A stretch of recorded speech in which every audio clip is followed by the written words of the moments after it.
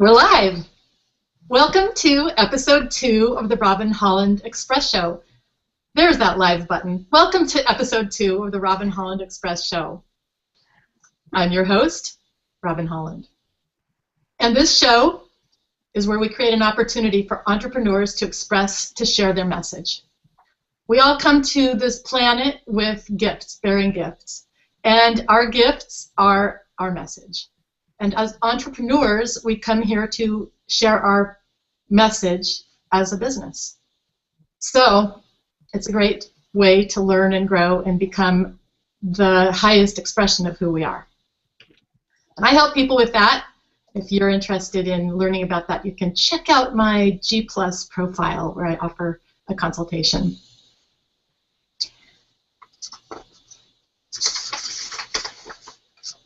This is a hangout on Google Plus and YouTube, and we have some people joining us who are not, I don't think, Google Plus familiar. So what we do at this point in the show is we just acknowledge our audience.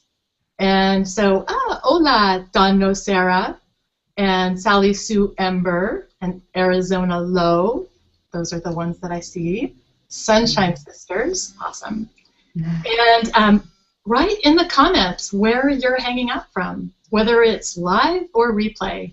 That is one of the things that is so amazing about being here in a live hangout, is that we can interact in real time, not only with the people who are inside, but the people who are in the comment stream. Today it is my special honor to introduce Lisa Marie Platsky, who is the president and CEO of Upside Thinking, and Susan Westbrook, who wrote the 5 Tibetans Yoga Workshop, one of my favorite books, and is the CEO of Great Leaps Coaching. Love your Leaps Coaching.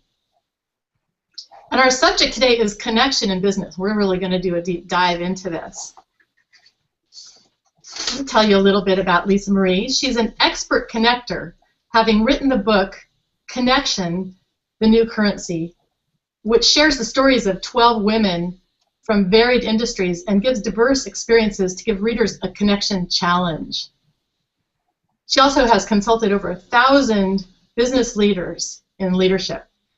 And Susan's 5 Tibetans program has a simple and almost business funnel-like approach to creating connection by giving us a way of looking at sort of the negative side and the positive side of certain things that we go through, like resentment or negative emotions, and converting those to positive. Susan helps us get to connection her way. I'm a master connector in my own right, so we're all here as connectors in our various ways, and we're going to be talking about this. And we look forward to your comments. Before I bring my guests on camera, I have one more person to introduce, a very important person, who is Rain Dowell, and she is our comment wrangler. And so I'm going to bring her on camera for a second. Rain, say something to our audience. Hi everybody, glad you could join us today or on the replay, and looking forward to hearing your thoughts and learning some more information today from these lovely ladies. Thank you, Rain. Great to have you. So now I will bring Susan and Lisa Marie in. I think I forgot to wipe my box myself that whole time I was giving the intro. So the camera may have been playing back and forth to everybody. So if not, here's Lisa Marie Platsky. And say a word to us about where are you hanging out from with us, Lisa Marie? I am in Alexandria, Virginia this afternoon. For me, it's afternoon, East Coast time. Awesome. And is it frigid or tolerable back there right now? Well, you know, it's probably about 45 degrees, and after moving from Miami, that's quite chilly. But I will tell you that, you know, it's not that bad. Over Thanksgiving, I was in -1, so I'll take it. And Susan, where are you hanging out from? I'm hanging out from a little small town in northeastern Oklahoma called Claremore, home of Will Rogers. Actually, that's its claim to fame. Visiting my mom and my sisters for the holiday season. So that's where those mines were that you grew up that you talk Oh about yeah, in the book, yeah, in the book there's a chapter on miserliness and about the mines and the coal mines, yeah. So in this area they used to do coal mining. Well, they still do, and actually it's unfortunately, I guess from some perspectives, maybe fortunately from an economic perspective, it's having a comeback. So yeah, this part of the country is, I guess it's the heart of energy production, the way we know it, at least in the United States. So. Aside from our energy production is Yeah. huge. All right, well, let's get into our conversation about connection in business. Susan and I were talking about this, Lisa Marie, and your title of your book about connection being the new currency. And so we thought it would be great if we started out by let's define what we mean about connection. Some people think connection in business is having an email list and just being connected through email. I don't really think of it like that because I like to have more of a juicy interaction with people than that. But for some people, that is connection. And then for other people, there's other ways that they connect. So for you, Lisa Marie, what's connection? Connection to me is an intentional action. So connection isn't something passive. It's not something that's just happenstance because you meet someone. And it's bigger than the action of building a relationship. That may be an end result. But it's a very intentional action. I speak about connection from the form of an authentic connection, one where there's two people who both believe in taking those gifts and talents that you spoke about in the beginning of the show and taking them and using them for the betterment of the world. And it's interesting, if you want to go far, you can go alone. But if you want to go fast, you can go alone. But if you want to go far, then you need other people. And that's really a big piece of connection is, it's so difficult to do things by yourself when you're talking about greatness. But to be great together, yeah, that's magical. And that's really what connection is for me. So that kind of connection that you're talking about right now is the connection where you're joining with or becoming joined with another person. Yeah. Yeah. Because that's when I was sort of doing the homework on connection. There were two definitions that came up. One was to join, like the act of joining two or more things together. But then the second was that to join with or to become joint with, to be in connection. So we're really not talking about ramming two unlike entities together here, trying to make a connection. We're talking more about a sort of a concomitant or volitional place on both sides of the table for people coming together. Yes. Yes. Because in business, don't you find sometimes we try to put a lot of square pegs in round holes? I mean, we try to connect with folks that are not quite on the same wavelength, and Yeah, I believe that, and that's one of the things where I give myself permission to understand that every person has gifts and talents and abilities that are wonderful for them. That's not necessarily wonderful for me. And so I give myself permission to say that, there's people who are my people that I'm going to connect with, and we're going to make something wonderful together, whether it be an idea, a new thought, something like this, an event, a conversation, something is going to be produced from it. And then there are other people who are brilliant in their own right, but for whatever reason, that connection is just not going to be there. Could be values, could be, where I am in my life, where they are in their life, a variety of things. And so, absolutely, I think that that's a great way of differentiating the two, Susan. Okay. Becoming great together. I love that. Mm-hmm. Yeah. Nice. Yeah. So what's the difference between having a connection and having a relationship?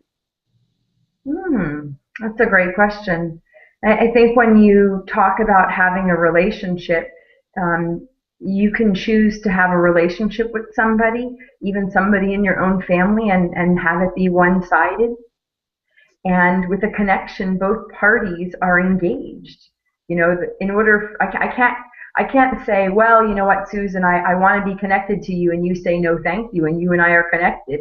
Sort of like I'm hanging out there, you know, with nobody to connect to. So, you know, but at the same time, I could say, well, you know, we have a business relationship because we know each other, you know, and that doesn't necessarily mean that there's that richness that I believe comes from connection.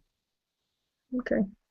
Yeah, when I was doing, you know, I guess people that know my work know that I like to look at what words mean, because I think we sort of use words all the time, but we don't know. So when I looked up relationship, it was sort of just the way two or more things are connected. So I'd use the connection word. And so, like you were saying, we can have different kinds of relationships.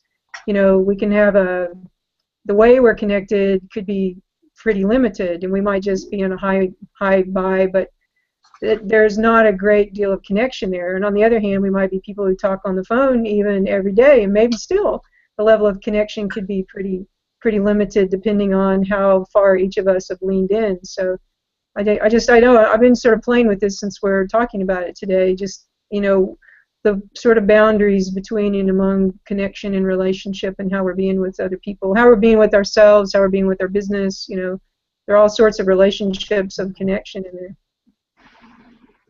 I think that's a valuable piece, is also the connection with ourselves. So I'm sure you met people who you'd say, you know, do they have a relationship with themselves? Are they connected to themselves? Do they, you know, almost seem outside their body or someplace else? And so, you know, connection is very present. It's very, as I mentioned, an intentional action that, you know, that takes place. It's not a happenstance.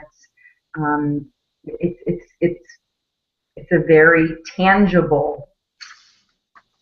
Yeah, no, I love that definition. It's an intentional action. I think that's a good way of talking about it, and it just really works with the fitting two things together, you know, notion of connection, that generally, you know, we're not trying to put two ends together. Well, okay, so this is just me unfiltered, but it was what came to my mind immediately was someone who's a little bit, you know, let's just say they've already had their holiday partying night, and they try to, you know, and they get picked up, and they have to try to put their fingers together, you know, in front of them, and all of a sudden it came to my mind about how sometimes trying to get with people who are maybe not on the same wavelength or don't have the same value system or whatever is like trying to, you know, put your fingers together when you maybe you haven't had a good night of partying. So I don't know where that came from.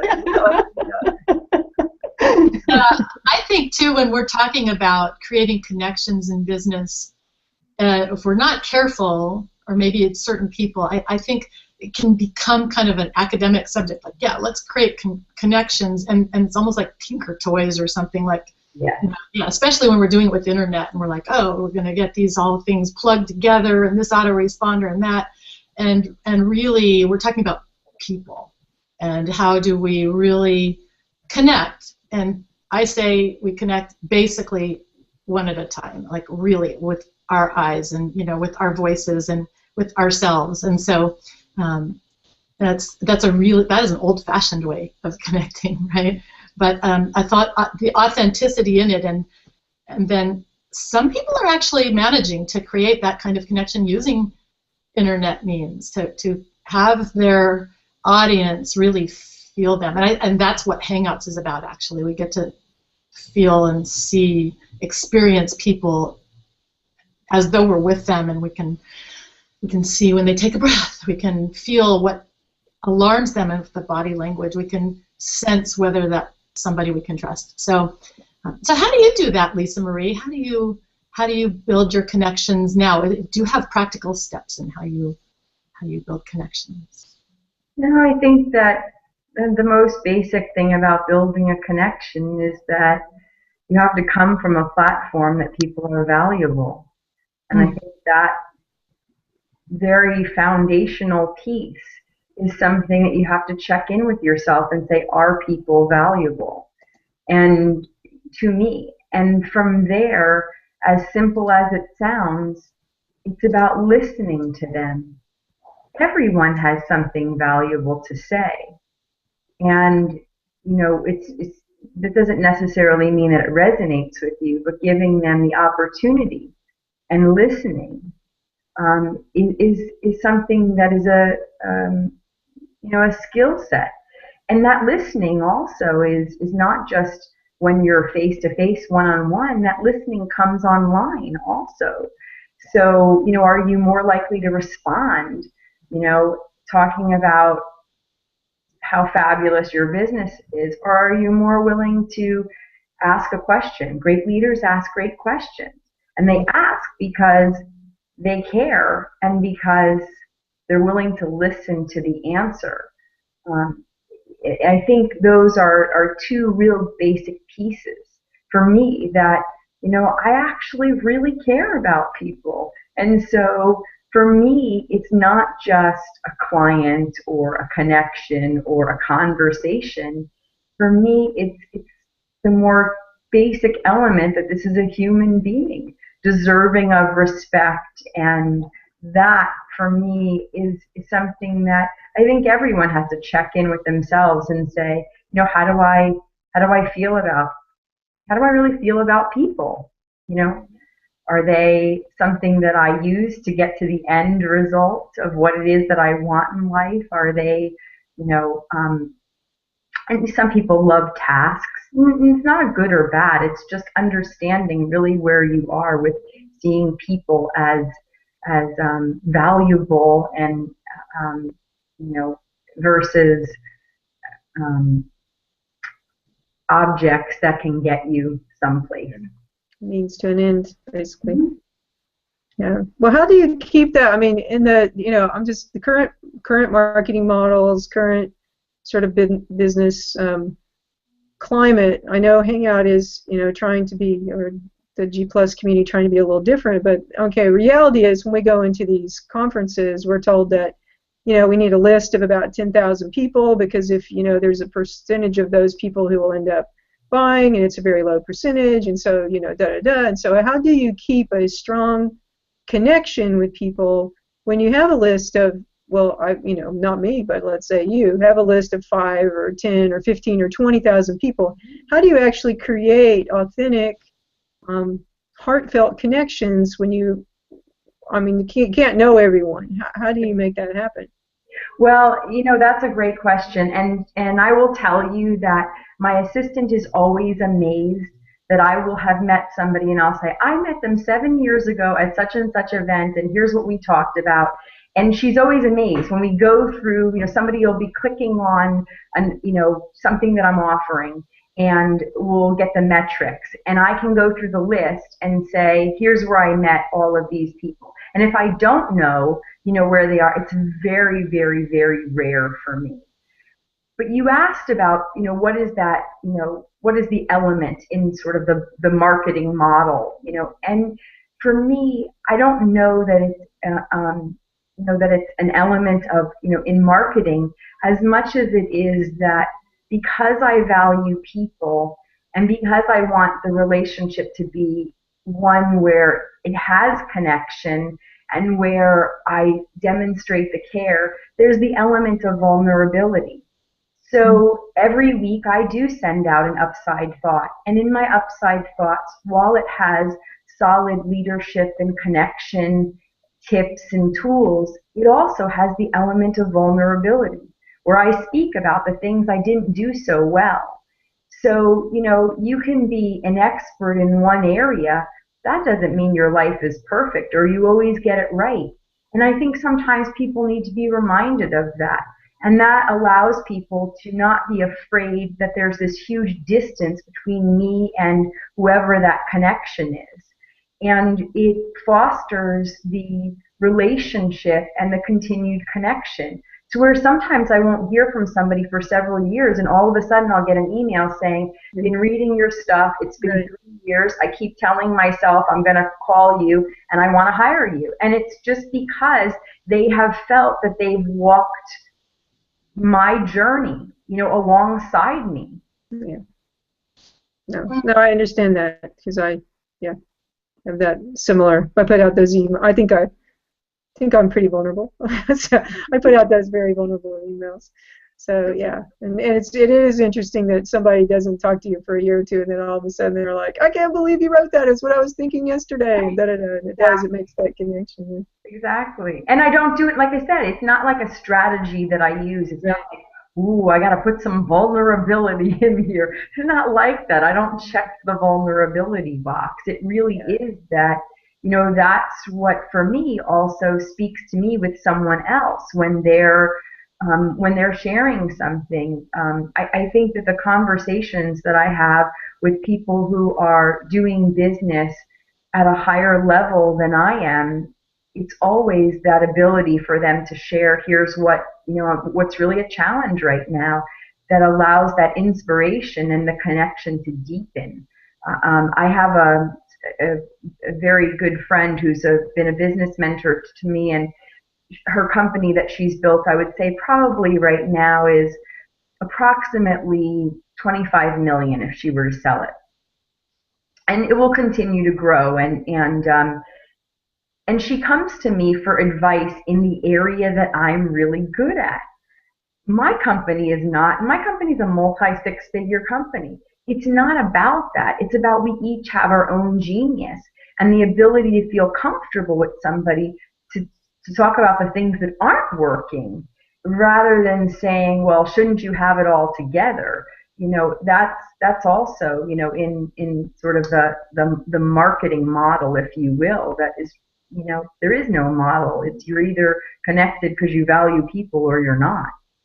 Right, but that's also a good place to go back and just, lay that in with the original sort of definition of connection, of an intentional action, is if you're trying to promote yourself as, well, I'm not saying something that you're not, but if you're trying to promote yourself as a person who's beyond the normal irritations of daily life, let's just say, then you aren't going to make that. Again, it's that sort of thing, right?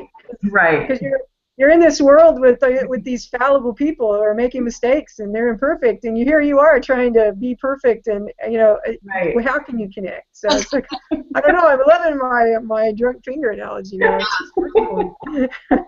This is drunken business. Yeah. And this It's is sort of like just listening. not recognizing that we're not connecting with people when we put ourselves up on a pedestal that feels insurmountable to the folks who are looking in at us. Right. And I think that's sort of what I'm hearing you say. Yeah. Yeah. Very cool. Well, there's also this other word in your title, and that's the word currency. And when Robin and I were discussing this earlier, we were both interested in knowing what, when you're talking about connections, the new currency, what currency are we looking at here? Well, I believe that there is this relationship bank account that I speak about in the book, and this connection bank account is oftentimes something that most people don't pay attention to. And every time that you come into a relationship, when using your sort of fingers, you're together and you're connected, and you're doing it from a place of service, truly, because you have these gifts and talents and you're looking to serve. I always check in with myself whenever I'm meeting with a potential client about my intention. What's my intention for the conversation? To make sure it's clean, to make sure that it's pure, to make sure it's not that this is the outcome I want, but really that I'm showing up to serve. And so when you do that and you say, I have gifts and talents and I'm showing up in the relationship, and that's what you do, your goal is to make deposits, and you're making these invisible deposits into this bank account. And much like you can't walk into the bank and say, I'd like $10,000 when you haven't made one deposit, right, and have them give you a check, because that would be called a loan, and you'd go through a process for that. Or it'd be called bank robbery. Well, there you go.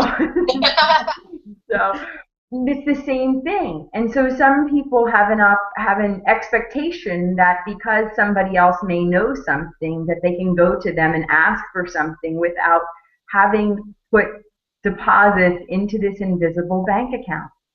And that bank account doesn't necessarily mean that where you put your deposits is where they come back. It doesn't work that way. No different than if I go to the bank and put in $10 that I get the same $10 bill back, when I go back, 2 weeks later. It doesn't work that way. It comes from a different, because there's a cycle of giving and receiving. Yeah. And so when I talk about currency, it's that connection is a form of currency.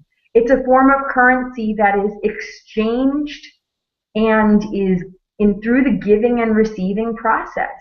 And when I hold my gifts and talents so close and don't want to give to other people until they give to me first, God forbid, then, that is not a connection. There is that misfire, as you say, And so when you talk about people sort of being bankrupted from connection, that's truly what it is that element of, I am a really great receiver, but not such a giver, or I need it to be reciprocal or transactional, as I would say. And so connection is a form of currency, especially in today's world. It used to be where knowledge was power. Then we moved from people, sort of, okay, so people, if you know someone, that's a big deal. But now really it's who knows you. Right. And because of that, it's a form of currency. So I'm hoping, that's all crystal clear. It was actually. I really loved I watched Rain. She was nodding too when you talked about the $10 bill part, where that's a great example, because I think sometimes we're saying, oh, I did this with Lisa Marie over here, and and I've never gotten anything out of that, and then but over here, because I knew you and over here it came back to me. So it's I thought that was a great analogy of you don't get the same $10 bill back. That was no, really not at all. Thank you, and thank you. It's really interesting because I have somebody who refers me probably about, I'd say she probably refers me close to $50,000 of business every year, and I would say, I'm sorry, good friend. That's a good friend. And I would say, the amount of business that I refer her is little. I just don't have that, for whatever, the specific connections that she needs. But I know that because she does that, it comes back. Right. To her. Same way. Right. Right. And vice versa. I give to other people where nothing has, and so because of that, she's one of my receivers. Yeah. So. No, I can really testify to that about you, because when we first met at that Thrive Summit last November, and and as you were saying before we came on the show, we had known each other very long and or didn't get very much connection, but you immediately wanted to come in and give me some support with my the way I position myself, and you were not asking anything in return for that. So I can testify. I know you're out there giving people some help along the way, and it's good to see that coming back to you too from other folks. Thank you. Really good $50,000 friends, and you got to keep those people going, I think. Yeah, I had the same experience with you. Robin? Yeah, I was just saying that the same thing occurred for me when I met you, Lisa Marie, as you offered to help me with my own positioning. So I can see that. And I think there's something too about this idea of making deposits in a bank account that you said, and I just want to touch on again, is we may help somebody else, and then they may help somebody, and somebody way around us. That big circle, it will come back somehow. It doesn't come back from the same person. It doesn't happen. It does. Thank you. Yeah. Sounds like something I heard last night, and it was reach one arm down to help those who don't know or who are trying to come up to where you are. Reach one arm down to help them, and reach one arm up to those who have made it higher to learn from them, so that it keeps going. So it's yeah. Then we just make that one nice connected line all the way. That's right. To heaven, I guess, if we're each one, somebody's going to keep getting taller and taller. So must be getting a good ladder, good mountain metaphor there or something. So I wanted to move to one of the questions that you had sort of proposed for us, and that was about what you called them biggest business blunders. And I wonder how, what are the I don't know if we call them blunders, or what are the sort of the traps? I might think of more as traps even. Yeah. What are some things we step into not meaning to because of, you know, how we've been thinking about connection, but as business folk, how do we sometimes get a little bit crosswise on that notion of connection? Well, and I love how you use the word traps. I think that's it. I think that's exactly it. And sometimes what it is we've gone to a lot of other trainings and people have said, hey, this is the way to do it. And something doesn't resonate. We don't know what it is, but we do it anyway because we're hopeful of the results, and something doesn't work. And so I think sometimes there is sort of this trap that's out there that people have great intentions and they want the results. And so that's a great way of talking about it. The first one has to do with people not operating like a journalist. Oftentimes,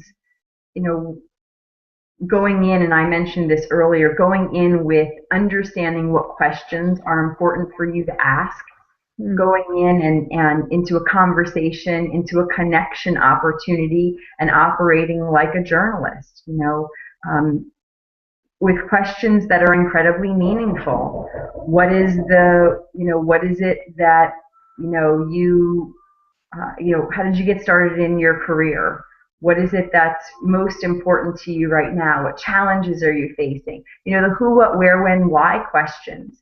And as you have those questions, then you're really able to understand a lot more about the person versus going in and doing all the talking. Right. And I think that's one of those traps that people fall into, especially when they're asked a little bit about themselves to want to talk more. So more what about you, not what about me. Making the what about you is my first business of the day, and what about me is sort of fills in, because I do want to, and this is coming in from the other planet, I guess, but there are people who tell a lot about them or get other people to tell a lot about themselves, but they don't tell about themselves. So it feels like there's a two-way trap there. Like I could get so invested in finding about other folk, right, that when I've left, I've never actually said anything about me. So what's the balance there, making sure that I've showed up, I'm authentic, I've been vulnerable, and I've learned a lot about this other person in the form of connection? So are you asking that as a question? Yeah, I am. I said, so what about that? What's the balance there?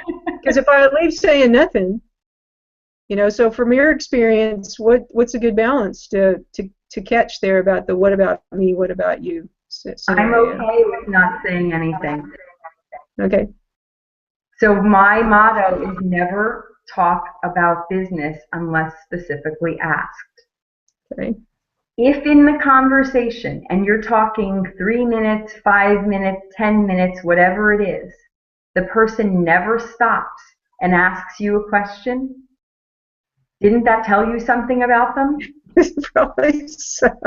That's a good I always say people have invisible tattoos. They're on their forehead, and it says NMP or MP, not my people or my people. Like I said, has nothing to do with how talented they are, how gifted they are. I give everybody credit for where they are in their life.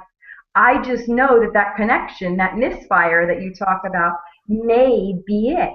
And so if I've asked you a lot of questions, and I've really gotten a sense with where you are, and you weren't even interested in finding out one thing about me, right.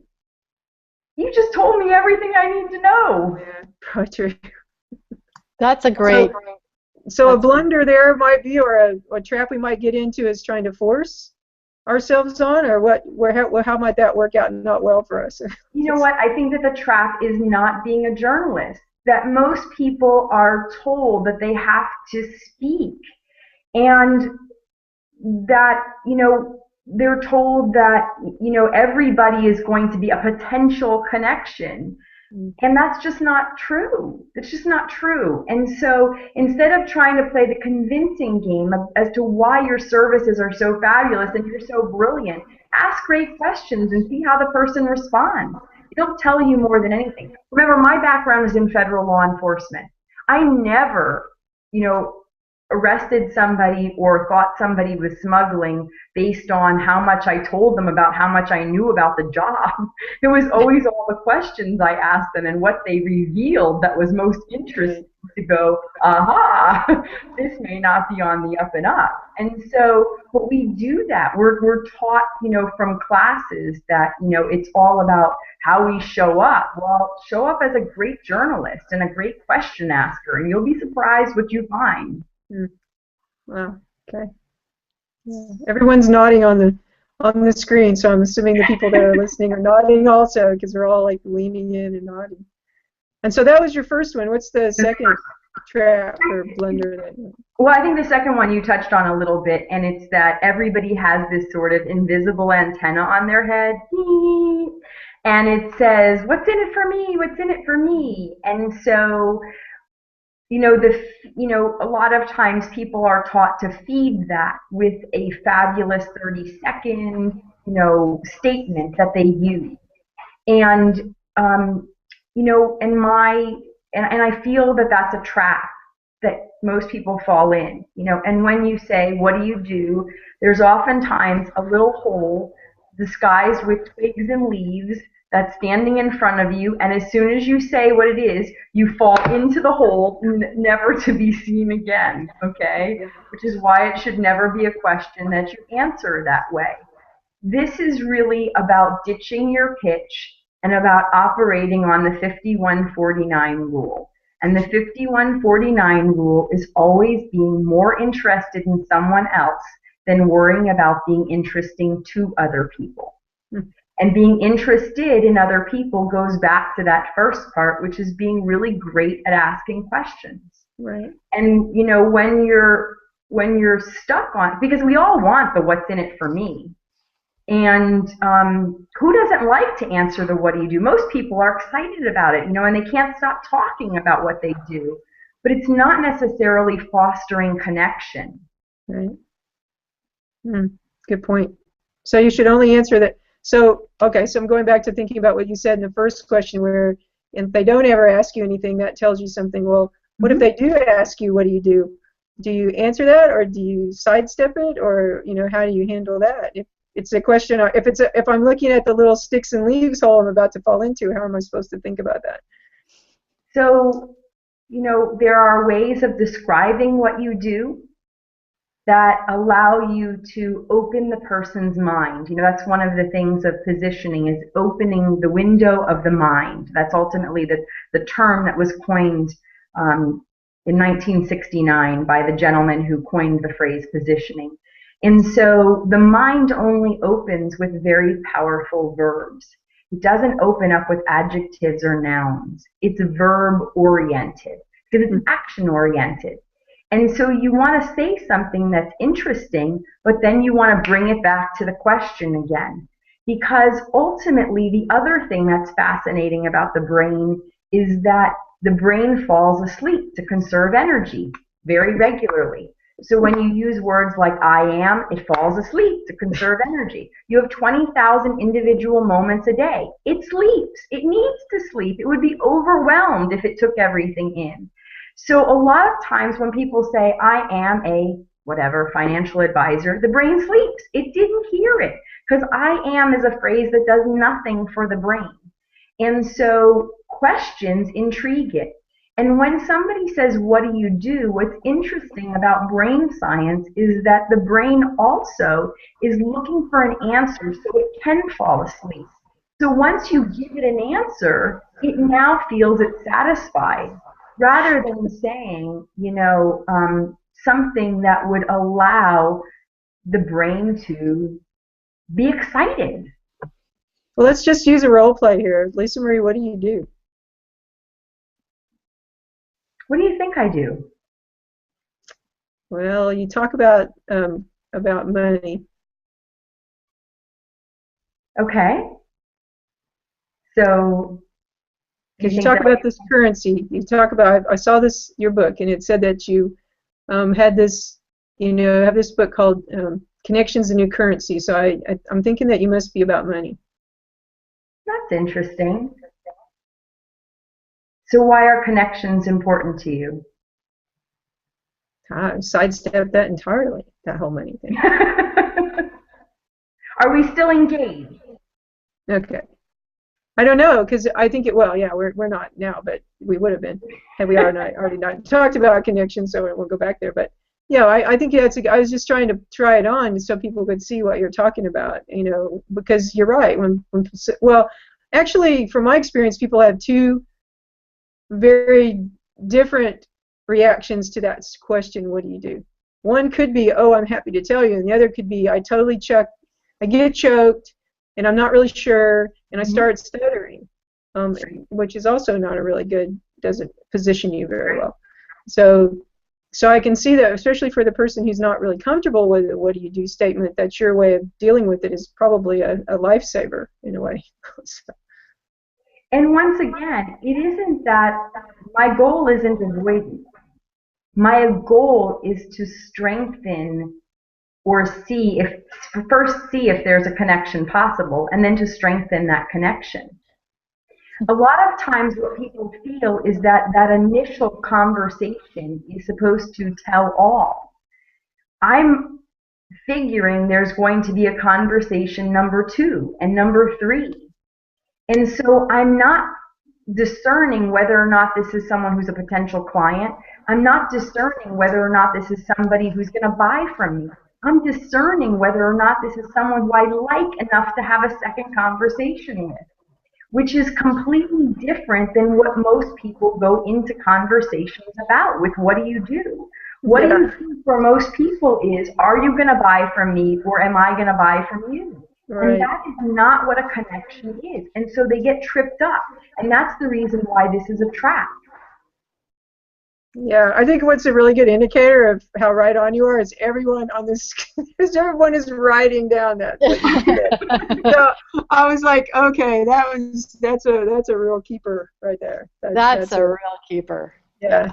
It's not about actually whether they're gonna, it's in a way you're saying the questioning is all about them, and then on the other hand, it's not any about them. It's all about you and whether you're perceiving that there is a point of connection that you want to continue in the future. Yes. In a way, it's auditioning. They're taking an audition, and the purpose of that is the highest level of service, because it allows you to see them and to experience what they need and to understand with your awake brain if there's a connection for you. And the connection for you is, can I serve them? Is it a sparkly feeling? Do I feel like if I were to have that second or third conversation with them, that will produce something that will be fabulous for both of us, and we will be creating together. We will be, what was that first sentence that we had? Being great together, building something. So I love it. Yes, yes, yes, and yes. And that is exactly it. It's that you're brilliant and you're talented. We all have that. And there's not an unlimited amount of time. We each get 24 hours a day. And why wouldn't you want those 24 hours filled with people who are spectacular, who are amazing, who are people who you want to stay connected with? I can't serve everybody. I work with less than 20 coaching clients a year. I'm intentional. If it isn't somebody who I don't think is going to be fabulous, I'm not having that relationship, because I know that their business is going to grow 10 times, and I know that they're going to have a fabulous experience. And so why wouldn't I want it fabulous for me too? And then outside of the fact of, even if we set aside, whether they're a client, even whether or not you see something in them that you'd want to share your gifts and talents, you have a limited amount of time. So if it's not somebody who is going to value it or value you, it's not that you couldn't give to more people. It's that I treasure my talents and gifts, and I worked hard for them. And so I want to give them, as a gift to someone who actually also has done the same and appreciates them. And so that's the reason why it's a very intentional piece. And there's sort of this, that's why I say there's sort of misunderstandings about what those pieces are, those elements of acting like a journalist, or why people behave the way they do with what do you do statements. It's what most people are teaching. And I don't feel that that's, I feel that to some, unfortunately, for some people, it does a disservice. And so it does become a trap they fall into. Hmm. Wow. Well, that's I think we all wrote it down. I always call them my sticky note messages. So I put them on the sticky notes on my computer so that I can keep up with them. And I think that's going to be one of them that's going to get up there. Oh, So what was that's number? wonderful. Yeah, I have a Lisa Marie sticky note. So what's the third one? We've been through the first two. What's the third blunder? The third one is not believing in the value of their product or service.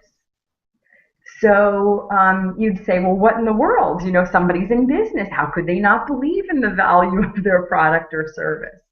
And what I'll share here is that the simplest part of understanding that is when someone is pushing and pushing and pushing and business isn't coming, most people look external. Strategy, plan, and I believe those things are important. I work with those with clients. But for most people, when they're in this space, it's actually internal. So not believing in the value of the product or service. It's sort of like, geez, I hope people will think what I have is really great, or, you know what, I don't know if I'm smart enough to take this client on. They're pretty smart, but I'm going to go for it, And so there's an element where people feel and smell fear. And so there's 5 areas that I encourage people to check in with this, because 95% of what happens with a connection happens before you're ever in front of somebody, online or in person. It doesn't happen in that moment. It's all those things you did that led up to there. And number 1 is, how prepared are you? Did you write those questions down? Do you know what you're going to say? Or are you just going to show up and figure that you're just so genius that it's going to magically manifest? It's fascinating. Preparation is huge. Number 2, your attitude. I mentioned about, valuing people. What's your attitude? And your attitude for showing up to something. I mentioned I have to check in with my attitude when I'm meeting with a potential client. I have to check in when I'm going to a potential networking meeting. I check in with myself. What's my attitude? Is it service? Am I feeling anxious? What is it? Because people will be able to feel it. The third thing is your resilience. So your ability to bounce back. And that's something to practice. I hear some no's, I hear some yeses, and the ability for people to say things that sometimes it's not comfortable is important to know where you are with that. The fourth thing is your level of confidence, how confident you are about what it is that you know and don't know. I have to say I don't know a lot. I'm comfortable with that. So, confident with what that is, and not being willing to look smart and, and dazzle people with how much you know means, you're comfortable and people can feel that. And then the last one is something that I've spoken about quite a bit, and that's intention. And what's the intention that you have for what's happening? And that's different than attitude, So, I look at those 5, and those are things that happen prior to a connection, and several are internal. So that trap is not believing in the value of their services, but completely being aware of it. So once they're entering the conversation, that's too late to check in and say, do I really value, what it is I do? Right. So you've done your inner work before you're having that conversation then. Yeah, I think it's ongoing. I don't think I'll be the first person to admit that I got junk in my trunk, and I kind of open it up and go there, So broke rain down there, right? It's the same stuff, and so I'm there's no surprises there, but I'm aware.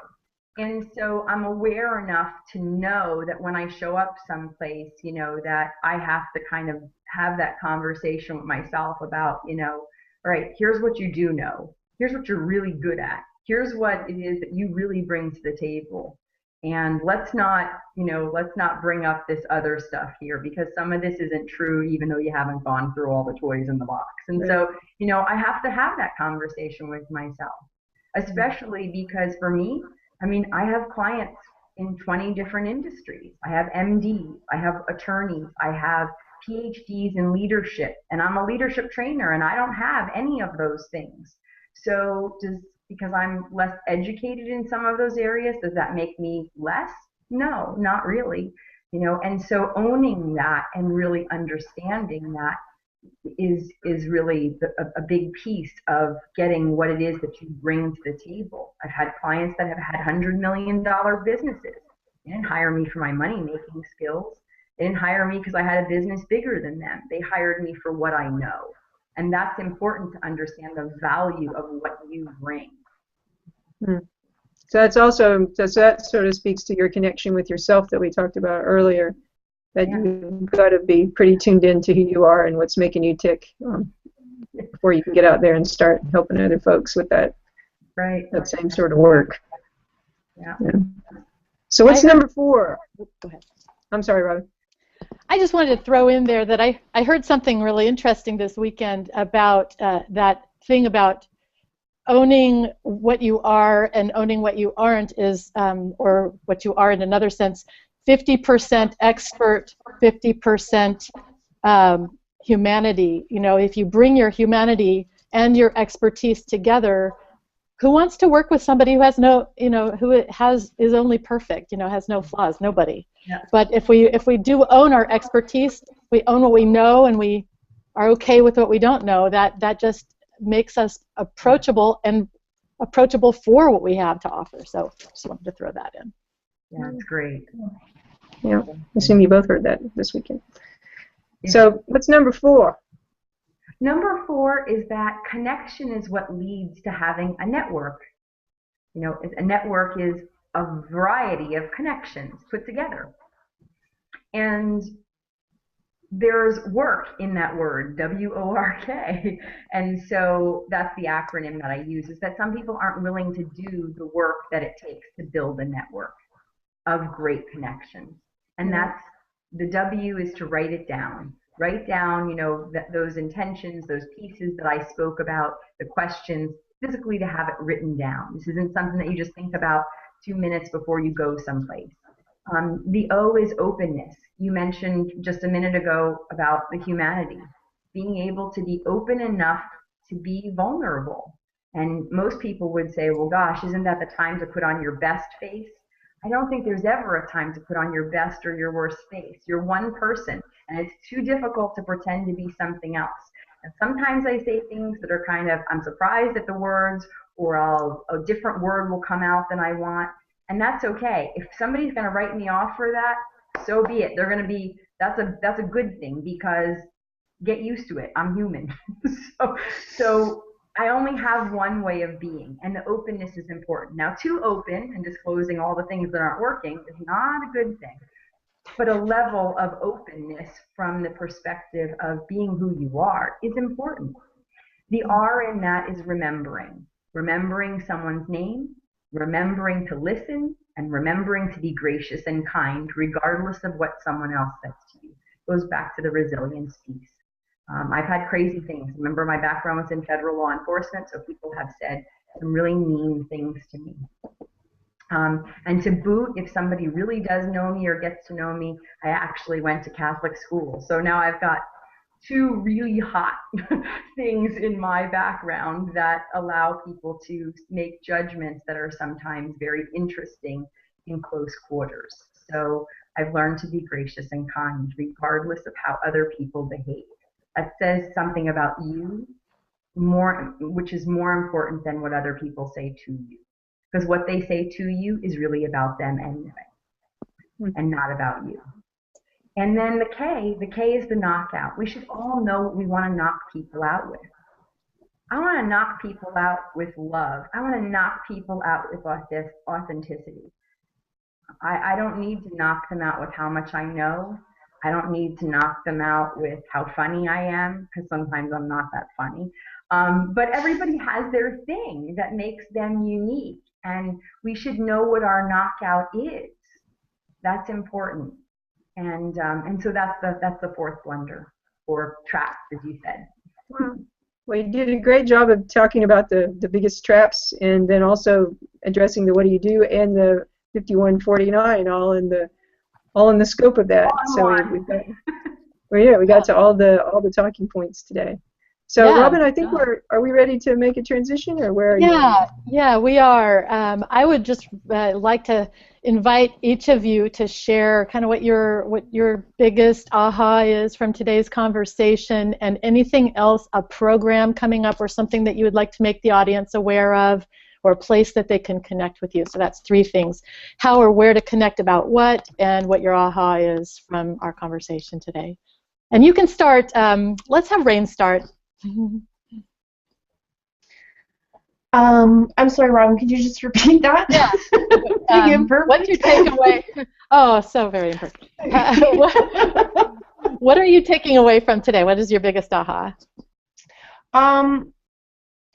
I really liked when Lisa Marie was, we were talking about how do you go about connecting with somebody, like when they come up to you and say, what do you do?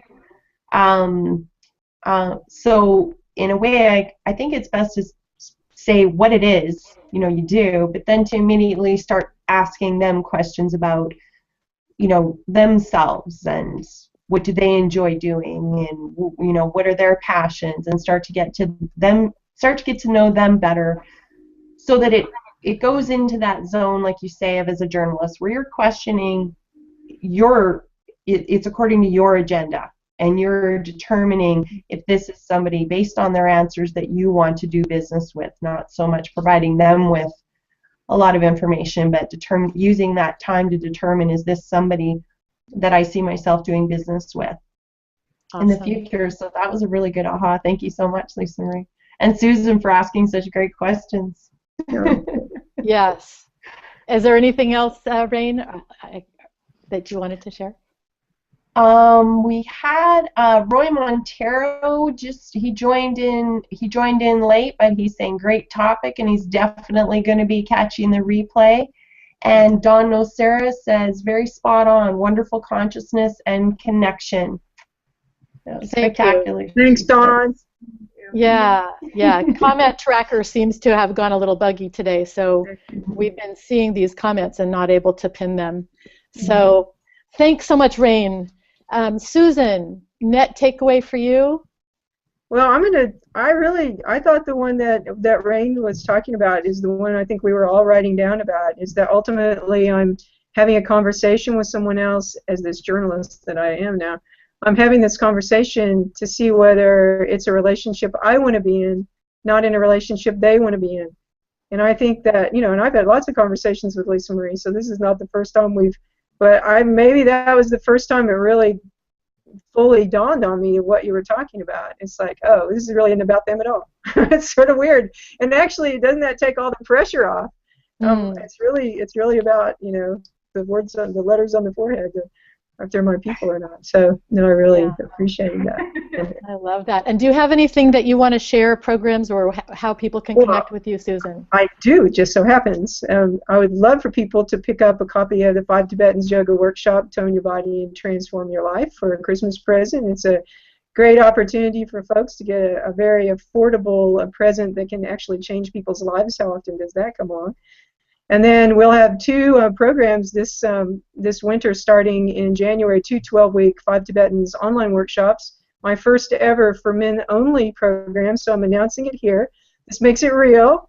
I'm going to do a 12-week series really focusing on men's issues and topics, and helping them get themselves back in shape, getting their sexual relationships back in shape, getting their personal relationships and their business relationships. So that's a newbie for me. And then we'll also run, parallel to that, the traditional for anybody who wants to, 5 Tibetans online workshop. So that's what's coming up on the 5 Tibetans Yoga Workshop platform for the next few months.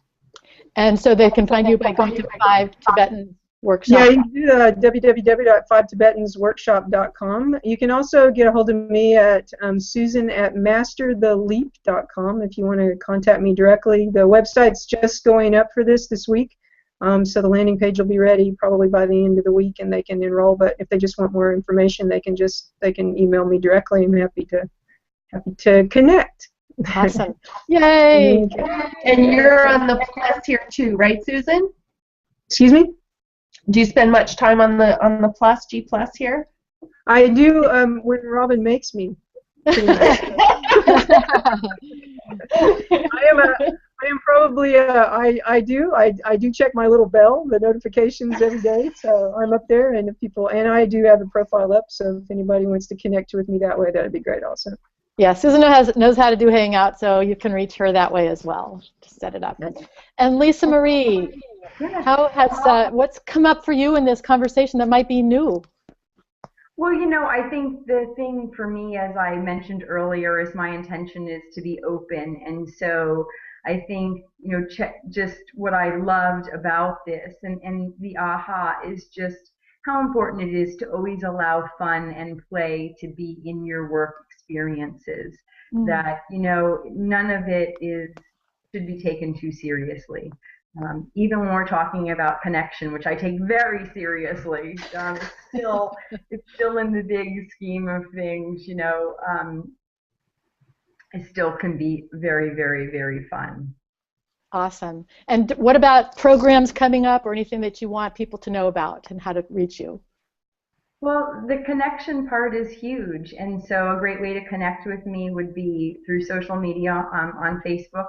It's a great way to find me at Lisa Marie Platsky. And I have an upcoming event, the Leadership Success Summit, my 7th annual event.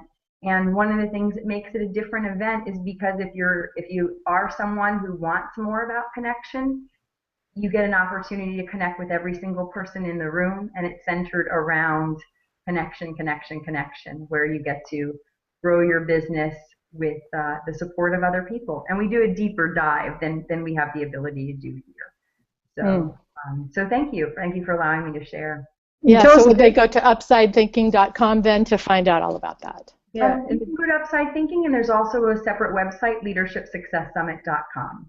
The word leadership, the word success, the word summit.com.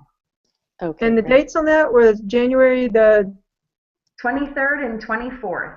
Right. January 23rd and 24th. I find most entrepreneurs, they think about the things they're going to do for 2015, and they think about them and they think about them, but oftentimes they're not written down into a very strategic plan. So at the Leadership Success Summit, by the end of January, most entrepreneurs are ready to do that by then, and we give them tools to walk away so that they can implement on the spot and walk away with something tangible and an actual action item on Monday, action items versus just ideas and great content. So. Yeah, that sounds great. That sounds great. All right. Hopefully the tornadoes and the rain will have stopped by then in Southern California. Yeah, that's exactly right. It'll be super shiny, and we're at the beach. So. Yeah. Yes. Nice. Some of the best weather's in January in California. It is. It is. So I really enjoyed this because of the same reasons that Rain and Susan said. I think that this idea of being a journalist and just taking the pressure off of any sense we might have of having to impress people or like get our message really clear to them, it's much more important that we can hear and perceive who they are and know if there's sort of a match that's becoming apparent to us by a wonderful interaction that we're having. I think that's super powerful for me. So I really appreciate getting to learn that and hammer on that one more time. And so it brings us to the end of our show, and we've gone 4 minutes over. I wanted to thank everyone who has participated. As I said, comments tracker hasn't been working, but we do see you out there, and I know there are people who are going to catch this on the replay, so we can keep the conversation going in the comment stream. I think there's a lot of valuable information and conversation to have out of this talk. So I am just going to close with saying, let yourself shine, and we'll see you on another episode of the show. Thanks so much. Thanks, Robin. Thanks, Rain. Thanks, Robin. Bye, Thank everyone. you.